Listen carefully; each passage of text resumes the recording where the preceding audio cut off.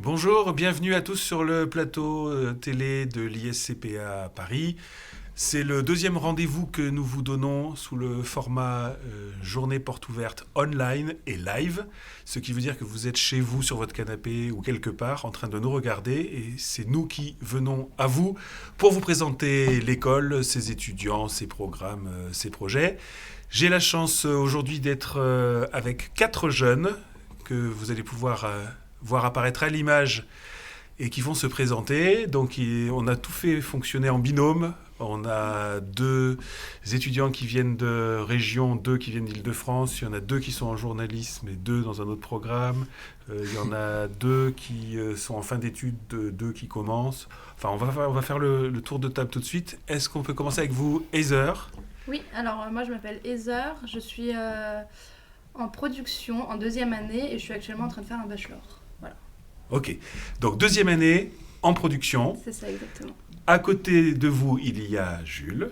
Donc moi je m'appelle Jules Torres, je suis en première année de journalisme et j'ai intégré l'école en septembre. Très bien. Vous veniez tous les deux de quel endroit ? Moi je viens des Sables d'Olonne en Vendée. Sables d'Olonne en Vendée pour Jules. Et moi de Nancy. Et de Nancy. Donc les 2 provinciaux sont de ce côté-là de la table. Si Alors on va aller voir de l'autre côté, on va faire un match bâbord et à tribord. les franciliens, il y a Stéphanie. Donc je m'appelle Stéphanie Savario, je suis en 3e année de communication à l'ISCPA et voilà. Très bien. Et Antoine ? Bonjour Emmanuel, bonjour à tous. Donc moi c'est Antoine Massé et je viens d'Issy-les-Moulineaux. Et je suis en 3e année de journalisme et d'ailleurs je finis les cours dans 2 semaines. Dans 2 semaines, d'accord. Voilà. Et après donc, je pars en stage. Vous partez en stage, vous avez déjà une piste pour votre stage ? Alors il y a des contacts pour les stages mais c'est pas encore officiel. C'est pas encore officiel. Donc comme vous êtes superstitieux, vous nous direz voilà. après l'émission. Je m'avance pas. Alors. Ok, donc les stages, ça va faire partie du menu de nos échanges. Peut-être un petit mot simplement sur le bac que vous aviez passé et sur le fait que vous aviez réfléchi ou non à votre orientation. Est-ce que vous étiez décidés les uns les autres à faire de la prod, du journalisme ou de la com avant d'entrer, ou est-ce que ce choix s'est un petit peu affiné au fil du temps ? Allez, on va commencer par Stéphanie. Alors moi je savais que je voulais être dans le secteur de la communication. Après ça s'est affiné pour vraiment la spécialisation au fur et à mesure des années à l'ISCPA. Très bien. Donc vous aviez un bac ES. Un bac ES, oui. Antoine. Alors moi j'ai fait un bac L et j'ai eu la chance de savoir très tôt que je voulais faire du journalisme. D'accord, donc vous êtes entré dans l'école en disant voilà. Journalisme, presse écrite, radio, télé. Je veux un peu être polyvalent et maîtriser les différents supports. Ok, et là jusqu'à présent vous avez fait des stages et vous avez eu des expériences dans tous les domaines ? Il reste la télé que je cherche en ce moment pour cette année justement. D'où le suspense que vous ménagez pour plus tard. C'est ça. Heather, est-ce que vous étiez destiné à faire de la production ou est-ce que... Oui, je pense. Oui. Alors moi j'ai passé un bac ES et dès la seconde je savais que je voulais être dans la production. Et au fil des années, j'ai trouvé ma spécialisation dans la musique. Voilà. Dans la musique, ok. C'est ça. Jules, on a dit donc journalisme. Moi ça fait très longtemps que je sais que je veux faire du journalisme, donc ça m'a paru évident d'intégrer une école de journalisme cette année. Cette année. Et j'ai fait un bac littéraire. Et vous aviez fait un bac littéraire au départ. Pour que le tour de table soit complet, on va justement sortir de la table et nous tourner un peu plus loin sur le plateau, près du wall où est installée Stéphanie Schuller, qui s'occupe des admissions de nos candidats. Bonjour Stéphanie, alors je ne vais pas te demander ton bac et si tu as toujours rêvé de t'occuper des admissions à l'ISCPA à Paris, mais on te retrouvera tout à l'heure pour présenter quelques chiffres, c'est bien ça ? Avec plaisir. Avec plaisir, dit-elle. Eh bien, on le souhaite. On va commencer par la pédagogie à l'école, donc sur l'organisation des cours tous les jours. Donc en moyenne, je résume avec vous, vous avez une 20aine d'heures de cours par semaine ? C'est à peu près ça, il y a un day off. Des fois un peu plus, des après, fois un peu moins. Voilà. Pour ce qui est du journalisme, au niveau des cours, c'est à peu près 20 heures, mais il n'y a pas vraiment d'horaire dans le journalisme. On peut être amené à partir en reportage ou rencontrer quelqu'un pour une interview et ça peut nous prendre plus de temps. Nous à Paris, ça peut nous arriver d'aller à une manifestation le samedi, donc c'est aussi du travail, mais du côté personnel. Et vu qu'il y en a beaucoup en ce moment... Un peu. En effet, l'actualité. Mais l'actualité, sa particularité, c'est qu'elle se renouvelle tous les jours et qu'elle est riche. Et que vous avez raison sur le journalisme et dans les métiers que vous avez choisis. Il faut être à l'affût de ce qui se passe. Il faut être beaucoup dans l'environnement. Donc, les horaires des cours, eux, on essaye quand même de les fixer sur des plages prévues et organisées. Donc, vous avez un day off. Oui, c'est ouais. ça. Est-ce qu'il y a un de vous qui... Alors le day off, c'est un jour de la semaine qui est disponible soit pour que vous ayez une activité salariée complémentaire, soit pour que vous fassiez des travaux de groupe ou de la vie associative. Est-ce qu'il y a l'un ou l'une de vous qui occupe son day off de façon particulière ou originale ? Littérature. Littérature. Donc vous, c'est du temps de lecture, le day off. Du temps de lecture. D'accord. Heather, Moi, j'ai un travail étudiant à côté. Qu'est-ce que vous faites ? Je vends des pâtes à mezzo di pasta. Voilà, donc je suis vendeuse. D'accord, donc là, dans tous les sens du terme, c'est le job alimentaire. C'est ça, exactement. Ça marche. Antoine, vous faites des choses pendant votre day off ? Alors là, pendant longtemps, j'ai travaillé à la radio aussi durant mon day off, Ouais. parce que j'avais donc un stage à côté des cours, mais là, en ce moment, non. D'accord. Stéphanie ? Moi, j'en profite pour travailler les cours, les projets de groupe et travailler aussi pour l'école en tant que team leader. Oui, alors c'est vrai que Stéphanie nous aide beaucoup sur la phase des admissions, donc en toute complicité avec Stéphanie Schuller. On va d'ailleurs regarder un petit film qui présente l'organisation de nos JPO, quand elles ne se font pas online, mais qu'elles se font sur place, peut-être pour vous donner envie de nous y rejoindre.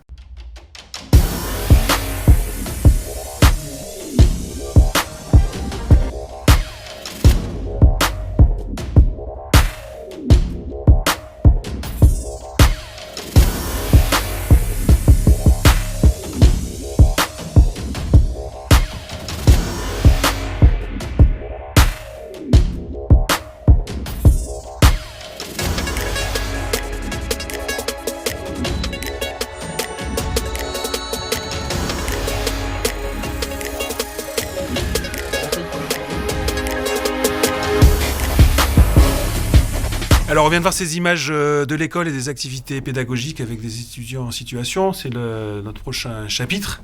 Pédagogie immersive, dit-on ici, c'est-à-dire qu'on vous met aux prises avec des projets réels, on vous jette dans le grand bain, mais souvent quand même avec une perche ou une bouée pour vous aider à avancer. On peut prendre plusieurs exemples avec vous, puisque vous avez vécu tout ça. On va commencer peut-être par le tour immédiat. Alors le tour immédiat, c'est un exercice un peu particulier qu'on fait quand les étudiants arrivent en première année. On a déjà fait 2 éditions, donc je me tourne vers Jules parce que vous l'avez vécu cette année. Oui, alors moi je l'ai fait de septembre à mi-octobre, donc ça dure 3 semaines. C'est ça. Et nous, en journalisme, on a fait beaucoup de visites de rédaction parisienne, un peu de banlieue, et ça nous permet de voir l'intégralité de ce qu'est vraiment une rédaction. Qu'est-ce que vous avez vu comme rédaction, par exemple ? Presse Alors, écrite, radio, journaux, en presse écrite, on est allé à Libération, on est allé au Figaro, on a fait l'AFP, l'agence France Presse. En radio, il y en a qui sont à la radio classique ou à Europe 1 par exemple, qui ont fait la matinale d'Europe 1. Et en télévision, on a fait beIN Sport, on a fait M6. France Télé. France Télévisions, ouais. Aussi. Ouais. Très bien. Alors on va voir ce que ça donne en image. C'est une façon de rentrer dans le décor de la vie professionnelle que vous allez ensuite fréquenter pendant vos études, vos stages. Et donc on va regarder ça en image. Il y a une petite vidéo sur le tour immédiat. Alors le principe du tour immédiat, c'est de la pédagogie immersive. L'immersion, elle se fait dans toutes les entreprises que vous voyez ici, dans les secteurs de la communication, de la production, du journalisme, des rédactions, des salles de spectacle, des institutionnels, le Sénat, la SACEM, France TV, le Figaro, les Folies Bergères. On envoie les jeunes visiter ces entreprises en passant par le relais de nos anciens, de nos intervenants, des stagiaires, des personnes qui sont nos partenaires et qui travaillent dans ces entreprises et à qui on confie un groupe pour aller visiter le décor de leur future vie professionnelle. Les jeunes visitent ces entreprises, font un compte-rendu qu'on publie sur un blog national commun au campus de Paris-Lyon-Toulouse et sont évalués par un jury professionnel. Et c'est ainsi qu'ils commencent à faire leur premier pas dans leur futur métier.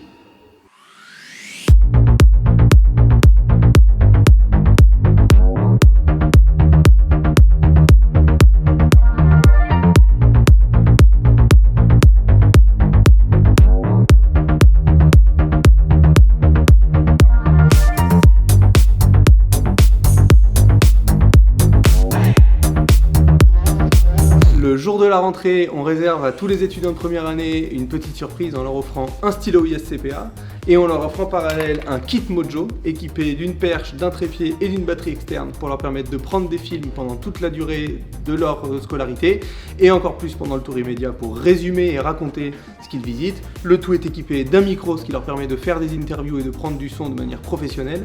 Et ensuite, les montages réalisés sont directement diffusés sur la chaîne YouTube du tour immédiat pour pouvoir visionner l'intégralité de leur travail à la fin des 3 semaines de visite.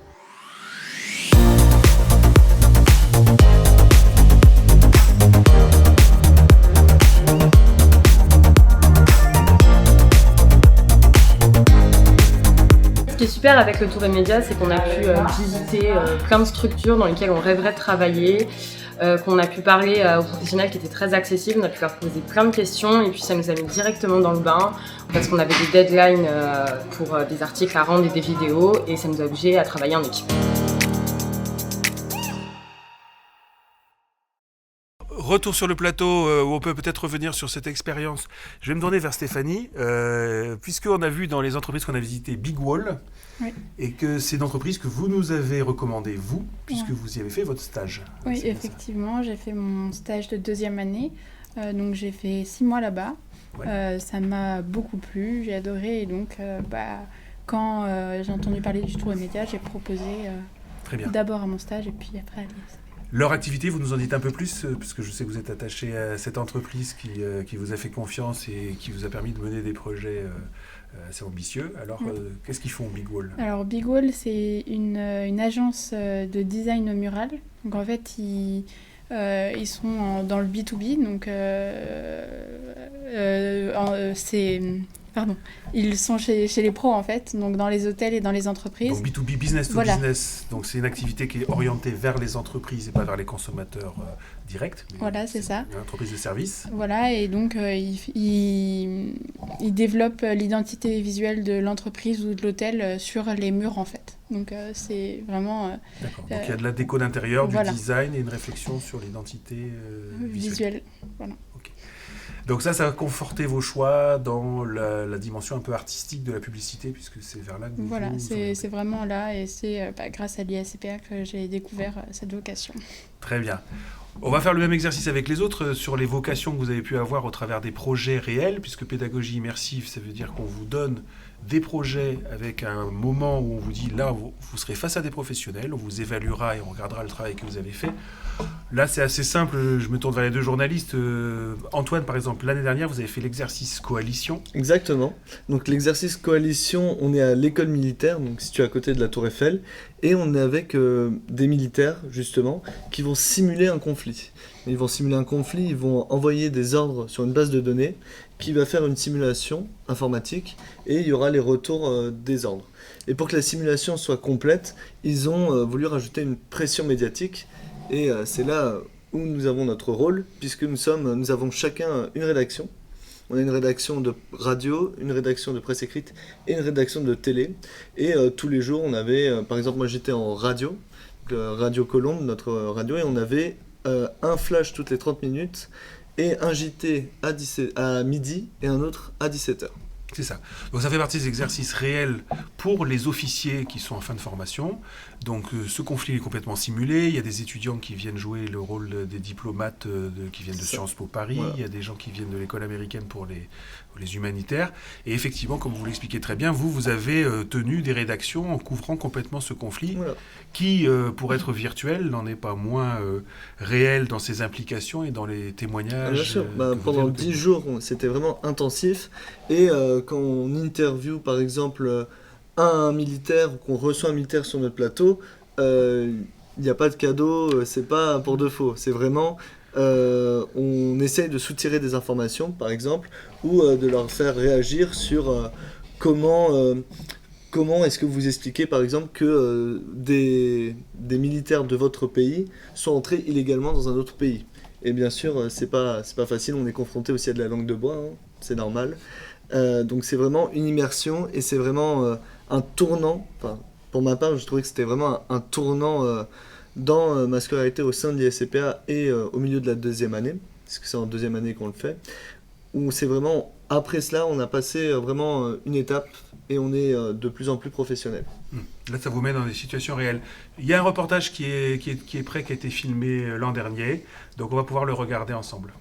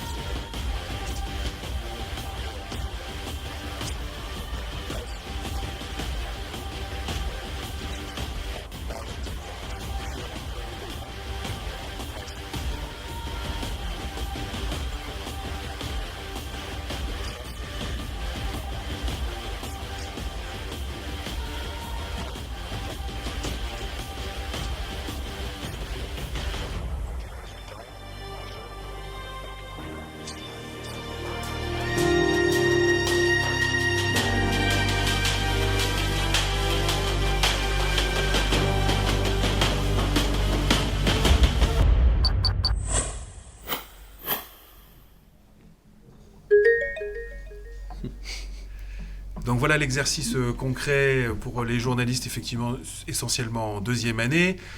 On a parlé de ce qui peut se faire aussi en communication, on y reviendra, sur des systèmes de création d'affiches. En production, Heather, vous avez dû travailler l'année dernière sur un projet fil rouge pendant toute l'année en prod. C'est ça. Est-ce que vous pouvez nous en dire un peu plus ? Alors notre projet, nous, c'était un projet de classe, donc en groupe. On avait carte blanche sur tout le projet. Donc on a choisi de faire un concert un peu au Gibus, qui est une salle mythique à Paris.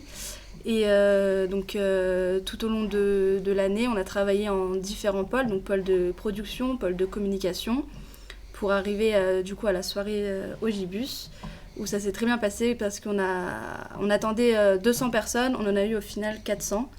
Donc voilà, ça a été une grande expérience parce qu'on a été tout de suite sur le terrain professionnel. On a eu un intervenant aussi extraordinaire qui nous a beaucoup aidé, qui nous a beaucoup poussé. Et voilà, ça s'est super bien passé. Donc vous êtes parti avec lui, je crois qu'on peut le citer, c'est Bruno Madala. C'est ça, exactement. Vous êtes parti avec lui avec une feuille blanche en disant qu'est-ce qu'on pourrait monter en fin d'année comme type de spectacle. C'est ça. Vous avez tout fait, le casting, la réservation de la salle. On a trouvé le thème, les auditions. Grâce du coup à Bruno Madala, on a réussi à trouver la salle qui est le Gibus. Et ça a été notre projet toute l'année en groupe, en classe. Voilà. Très bien. Donc, projet fil rouge, évalué dans des conditions professionnelles par des jurys qui viennent voir si effectivement vous avez pensé à tout. Alors, manifestement, là, vous n'avez pas pensé à tout parce que vous n'aviez pas pensé être victime de votre succès non, et d'avoir plus de participants que ce que vous aviez imaginé. Oui. Ok, ça fait la transition avec d'autres types d'exercices qu'on peut faire en journalisme. En première année, Jules, vous travaillez sur différents médias. Vous avez des cours de quoi ? Alors pour l'instant, on a un cours d'écriture journalistique où on a dû faire un magazine sur un sujet. Moi, par exemple, j'avais pris le sujet des élections municipales, où je devais faire un reportage, une enquête, une interview et des brèves et des articles. On a aussi revue de presse avec Sacha Elbaz. Donc c'est de la télé et on a fait des JT. Par exemple. Et sur là, on vient plateau. Sur ce même plateau. Et j'étais à cette place-là. Ouais. Et on a aussi des cours de radio qu'on vient de commencer. Et donc, on fait surtout des flash infos pour l'instant.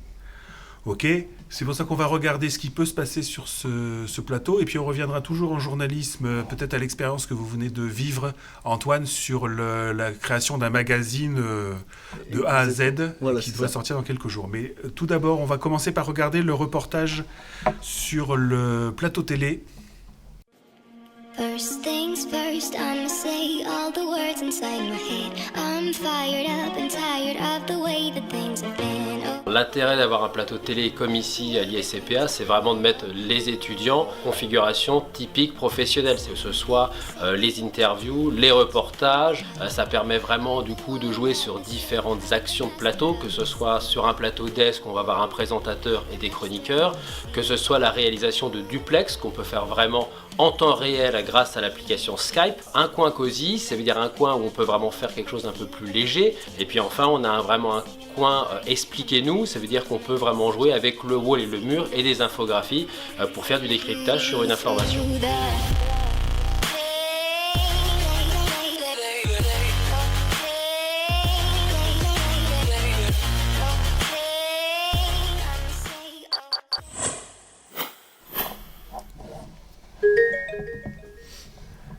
Et ben voilà, on y est bien sur ce plateau télé. Je ne sais pas si on peut avoir un plan plus large en régie pour voir comment effectivement on est organisé dans ces espaces.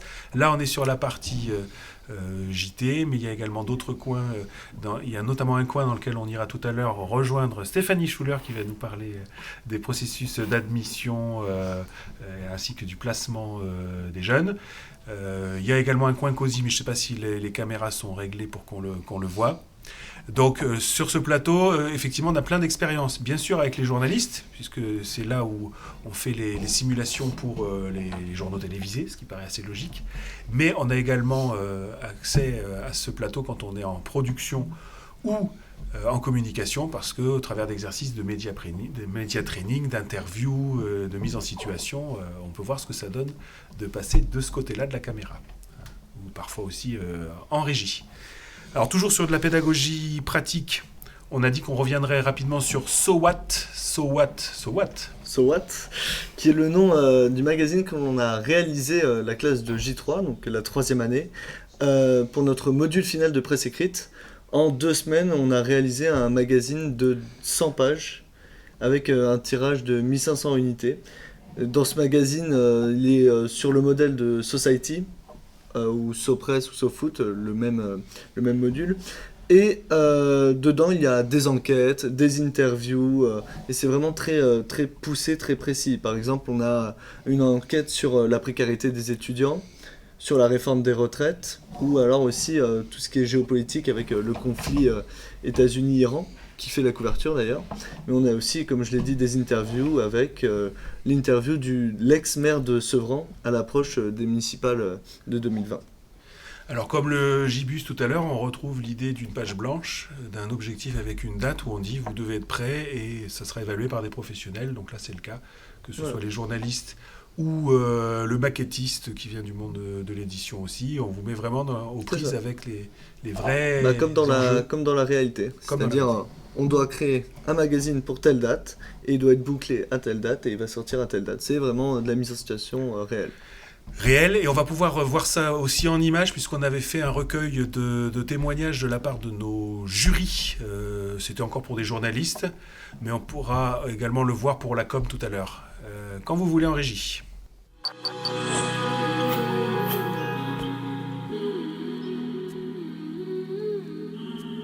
C'était très intéressant aujourd'hui de rencontrer les étudiants de J3 pour qu'ils nous montrent à la fois leur travail et qu'on puisse leur donner des conseils sur ce qu'ils ont fait. C'était très intéressant aussi de débattre avec eux, d'avoir leur opinion sur la façon dont ils hiérarchisent l'information. Et moi qui sors de l'école depuis pas très longtemps, c'était intéressant aussi de leur faire un retour sur le terrain et leur dire quelles sont les réalités et les contraintes du milieu professionnel tel qu'il est aujourd'hui. C'était très intéressant de voir comment les étudiants fonctionnaient là aujourd'hui. Ils ont eu beaucoup de bons interlocuteurs, beaucoup de bons témoignages. Après, il faut qu'ils boostent un petit peu le ton, la façon de parler, la façon de poser la voix, la façon de lier les sujets. C'est très important en radio d'accrocher l'auditeur.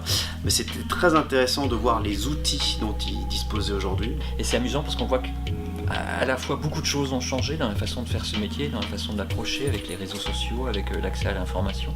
Mais finalement, rien n'a changé réellement non plus. On découvre aussi des voix, on découvre aussi des gens qui ont un vrai talent de radio, qu'on entend tout de suite.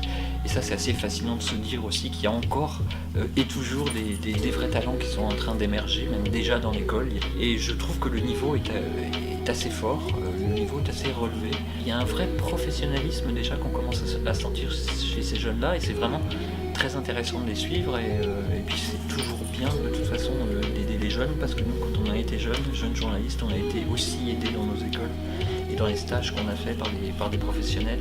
Et c'est vraiment bien comme ça de pouvoir passer le relais et de les aider, et je trouve ça très important en tout cas à faire.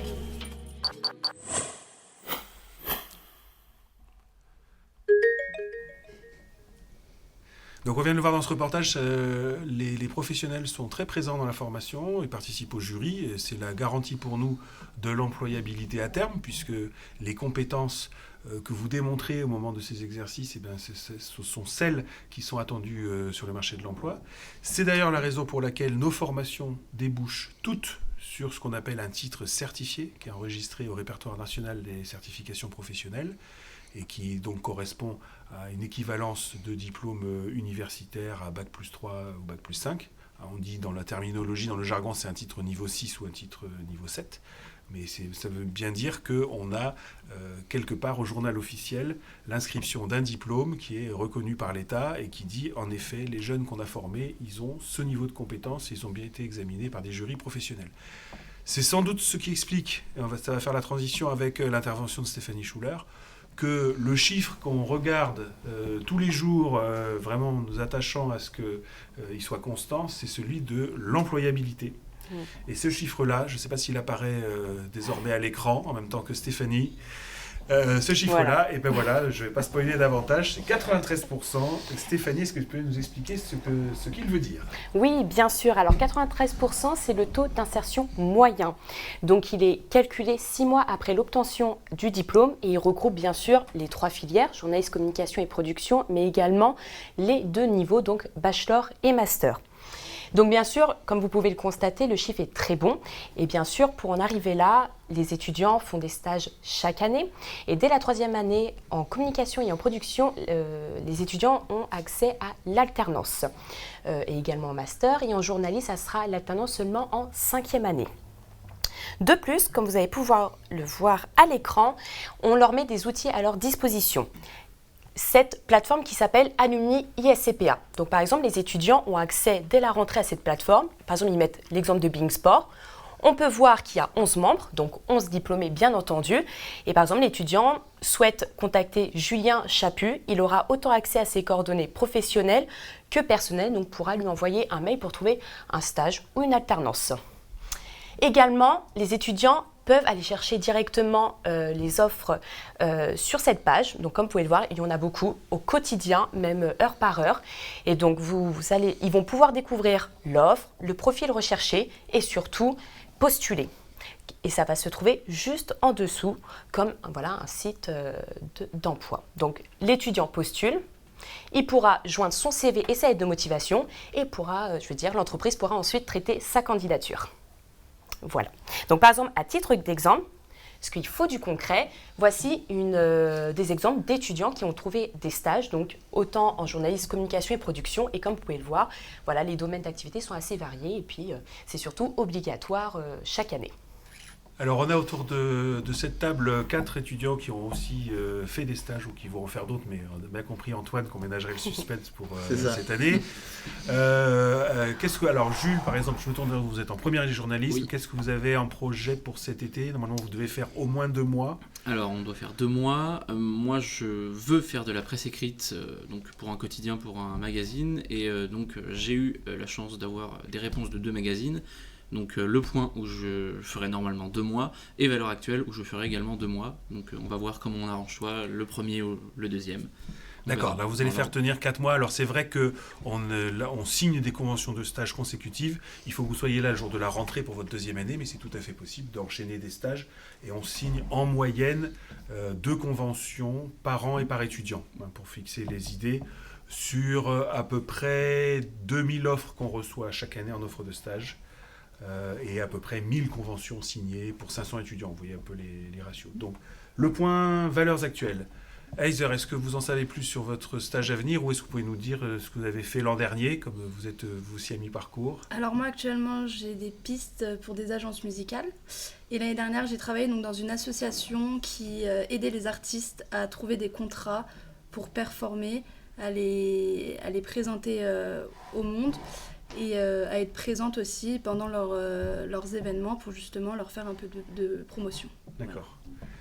Bon, Antoine, on a bien compris que vous ne parlerez pas du prochain stage. En revanche, vous qui êtes en 3e année, vous avez une progression. Comment est-ce que l'école vous a aidé, vous a mis le pied à l'étrier pour trouver ces stages? Alors justement, l'école, elle nous aide aussi grâce à la plateforme, mais parce qu'elle nous permet de profiter d'un réseau. Puisqu'en première année, j'ai demandé le contact de Paris-Normandie, la rédaction à Rouen, en 2e année à l'époque.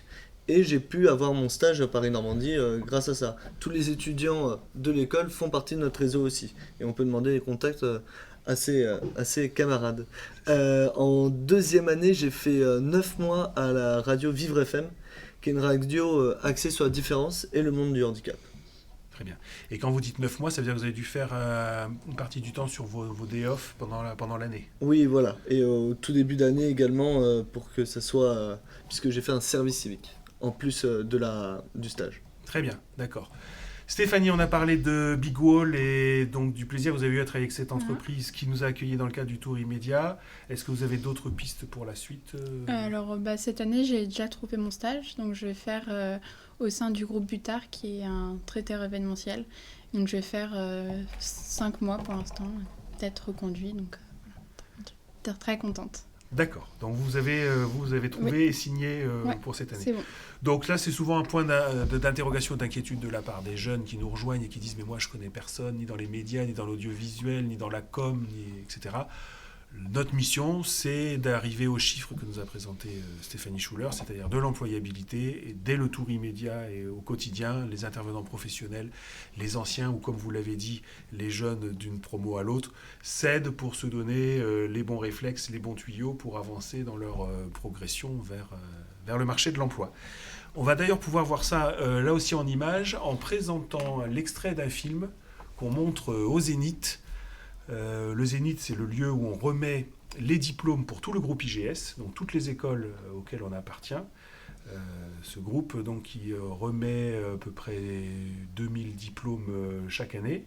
Alors il n'y en a pas 2000 pour l'ISCPA, il y en a évidemment beaucoup moins, il y en a une centaine. Mais en tout cas, on peut présenter à ce moment-là ce que sont devenus les jeunes de la promo à qui on remet le diplôme. Donc on est quelques mois après leur sortie de l'école, si on peut voir ces images à l'écran.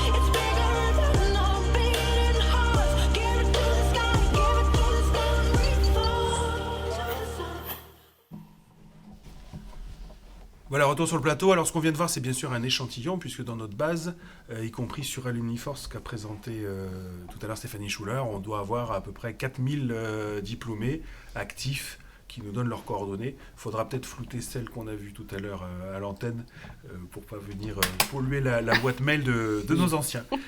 Ça fait le lien avec une autre partie importante du projet pédagogique qui est l'international, parce qu'on doit avoir à peu près 10% de nos diplômés qui travaillent ailleurs qu'en France, ce qui fait quand même 90% dans les médias, les rédactions, les entreprises de com ou de prod au niveau national. Pour cela, on a des possibilités de départ à l'étranger. C'est même obligatoire au semestre 3, en 2e année, pour tous ceux qui font com et prod. Donc ils partent sur des destinations internationales, soit avec des accords Erasmus, soit avec des universités partenaires. Et puis on a également des formats au niveau international un peu originaux. Ce qu'on voit sur la carte qui est derrière moi sur l'écran, ce sont les destinations possibles sur la carte d'aujourd'hui, donc donc en 2020. Les pays qui sont indiqués en bleu sont des pays pour lesquels on a des accords Erasmus, en vert pour lesquels il y a un léger complément de droits de scolarité à financer parce que ce sont sur des universités prestigieuses américaines qui ne pratiquent pas du tout les mêmes tarifs que nous. Et ce sont encore des accords particuliers avec Bangkok, Dublin. On pourra rentrer dans le détail, notamment si vous avez des questions pour y répondre. Vous pouvez poser vos questions sur le chat. Autre expérience qu'on mène au niveau international, des Learning Expeditions, c'est-à-dire des séjours courts jusqu'à 10 ou 15 jours à l'étranger, ou un peu sur le principe du tour immédiat. On va visiter des entreprises, des institutions à l'étranger. On peut voir par exemple ce qu'on propose à tous nos étudiants internes cette année, à qui on propose de partir les 15 premiers jours de septembre à Tokyo. On fait l'équivalent du tour immédiat. Le budget est évidemment additionnel par rapport au droit de scolarité, mais on a réussi à négocier des tarifs très intéressants puisque tout compris, logement, déplacement, visite, à part la nourriture, c'est 1 950 € pour ces 15 jours. On va voir ce que ça donne en images sur la base de ce qui a été fait l'an dernier.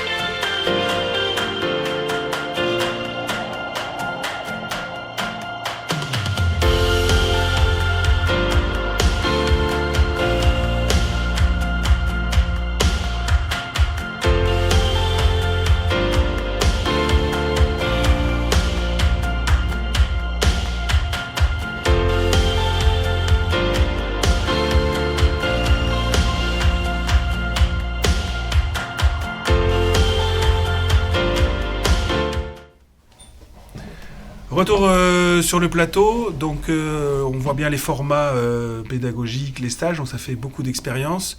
Peut-être que parmi vous, il y en a qui ne voient pas encore très clair sur leur orientation et qui se demandent est-ce que c'est plutôt la com, plutôt la prod, vers quel type de métier ça débouche.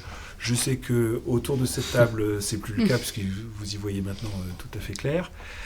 Ceux qui peuvent avoir des doutes, avant de parler à nouveau avec Stéphanie Schuller des admissions, peuvent regarder aussi cette petite vidéo qui explique comment on travaille sur des formules qu'on appelle « Imagine-toi », où en une demi-journée, et puis ça existe aussi dans des formats plus longs de séminaires pendant les vacances, pendant donc une demi-journée à une semaine, on balaye les métiers, on fait des exercices pratiques pour se familiariser avec ce qu'il faut savoir sur le sujet et des expériences. On regarde ça en images.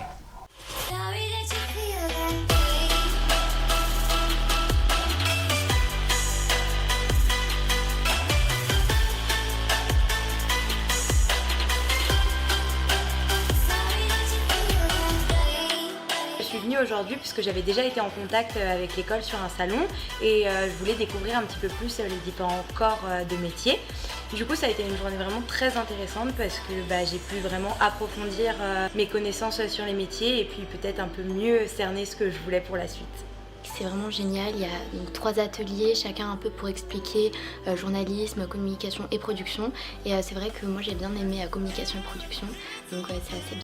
Jusqu'ici tout va bien, j'ai beaucoup aimé les ateliers et surtout celui de la communication et de la production. Le domaine qui m'a le plus marqué était celui de la communication, notamment dans la radio aussi. C'était très intéressant et une très bonne expérience.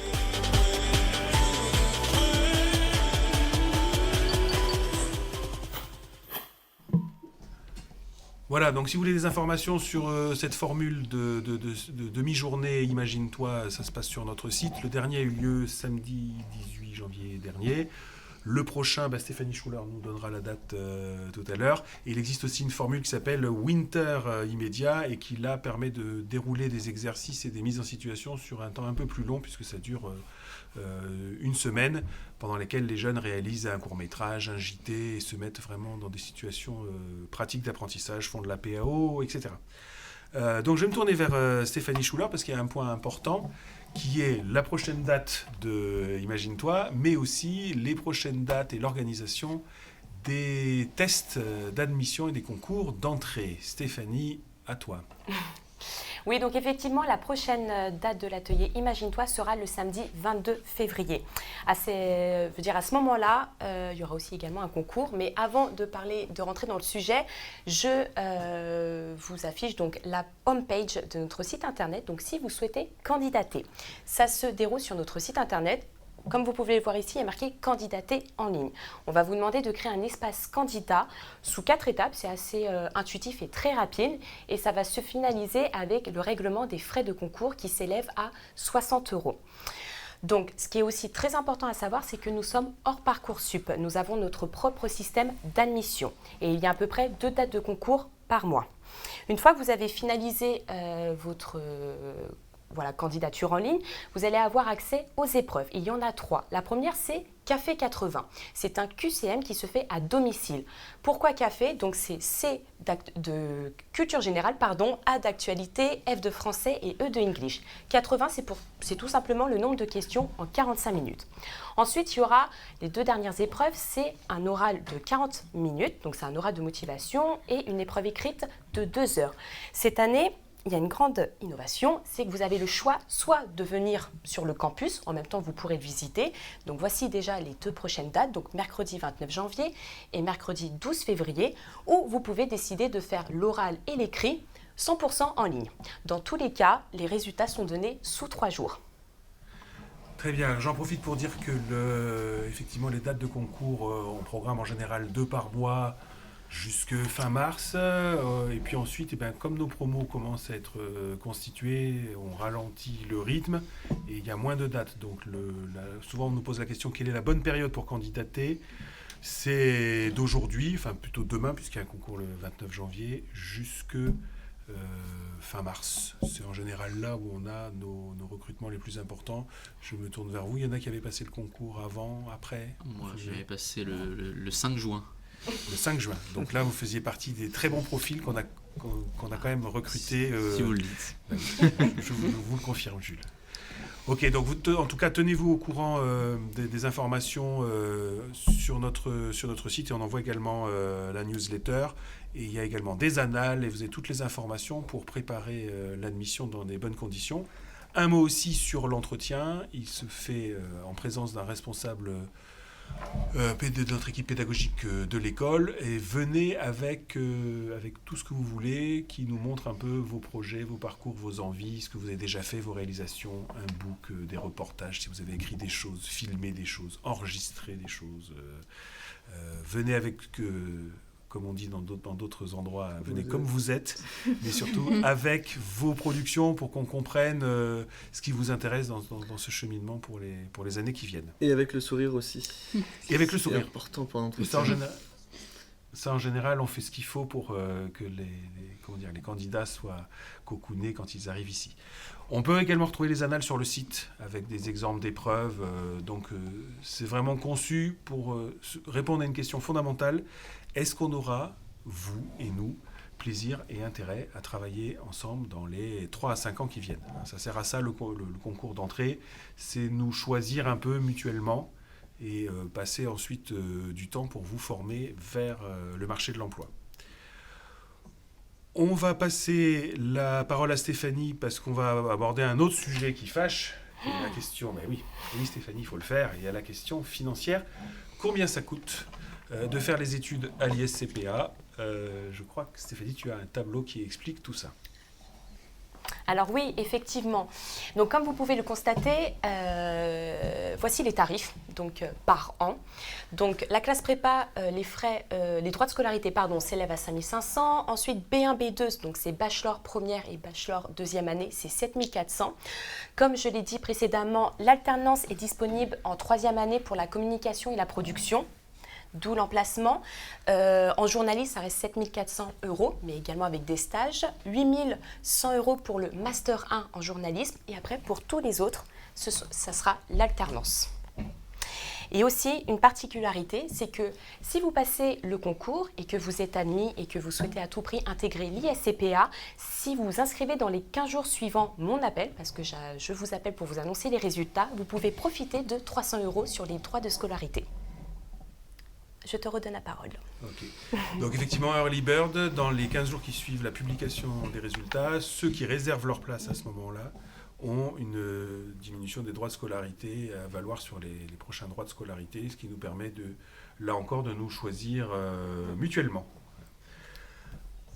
Ok, on va remercier les étudiants pour leur participation active et souriante sur ce plateau. Est-ce que quelqu'un va avoir le mot de la fin, dire quelque chose Moi, j'ai envie de vous poser une question. Est-ce que vous êtes heureux dans cette école ? Parfaitement. Hyper heureux. Très bien. On se passera la compta ensuite. Ouais. Bien sûr. Ça permet d'avancer dans notre futur et de réaliser ce qu'on veut faire et de pouvoir entrer dans le monde professionnel grâce à l'école. D'accord. Donc vous, ça fait 3 ans et vous gardez toujours le même sourire que quand vous êtes arrivé. C'est ça. Le mot de la fin ? C'est une école professionnalisante. Une école professionnalisante. C'est ça. Aïssa. Venez nous rejoindre parce que vous ne serez pas déçus. Vraiment, c'est une école avec des bons intervenants, de bons cours. Et venez, inscrivez-vous et voilà. Ok. Et on va remettre tout ça en images de façon structurée puisqu'on a prévu, nous, 7 bonnes raisons de venir nous rejoindre. Merci à vous 4, merci à Stéphanie, merci à Anaïs, François, Antoine et les autres qui sont en régie. Il y a Yann qui a également fait un petit tour. Donc tout le monde est là. 7 bonnes raisons de continuer à nous voir dans la suite de vos inscriptions vers chez nous. À bientôt, bonne soirée.